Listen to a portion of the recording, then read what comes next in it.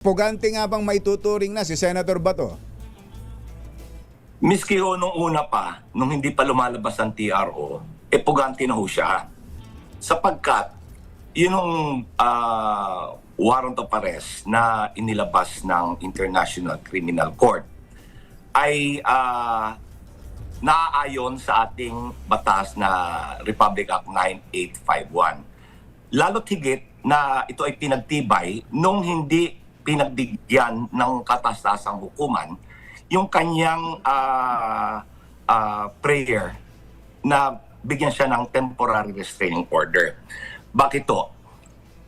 Yung hindi ho pagbibigay ng TRO ng Supreme Court ay ayon sa kanilang paunang paniniwala na wala namang maaring walang batayan yung hinihingi niya. Walang batayan, hindi lang maaring wala, pero walang batayan yung hinihingi niyang TRO dahil wala naman sa kanyang magiging irreparable damage. At sa bahaging ito, parang kinikilala na rin ng ating hukuman yung validity ng TRO. Hindi na ho kinakailangan pang antayin yung merits, yung huli ho, yung desisyon.